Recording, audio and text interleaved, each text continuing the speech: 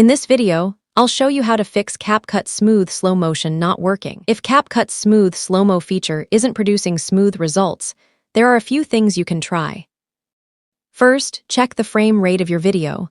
Open your project and select the video clip. For the best slow motion effect, your footage should be recorded at 60 FPS or higher. Videos recorded at 24 or 30 FPS may appear choppy when slowed down. Next, clear CapCut's cache.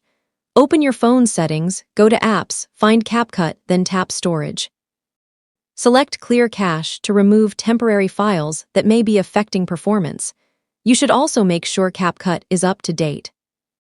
Open the App Store or Play Store, search for CapCut, and install any available updates. After updating, restart your device and reopen CapCut. Then try applying the smooth slow-mo effect again. In many cases, checking your video's frame rate, clearing the cache, and updating the app will resolve the issue. And that's how to fix CapCut Smooth Slow Motion not working. If this video helped, don't forget to like and subscribe for more helpful tutorials.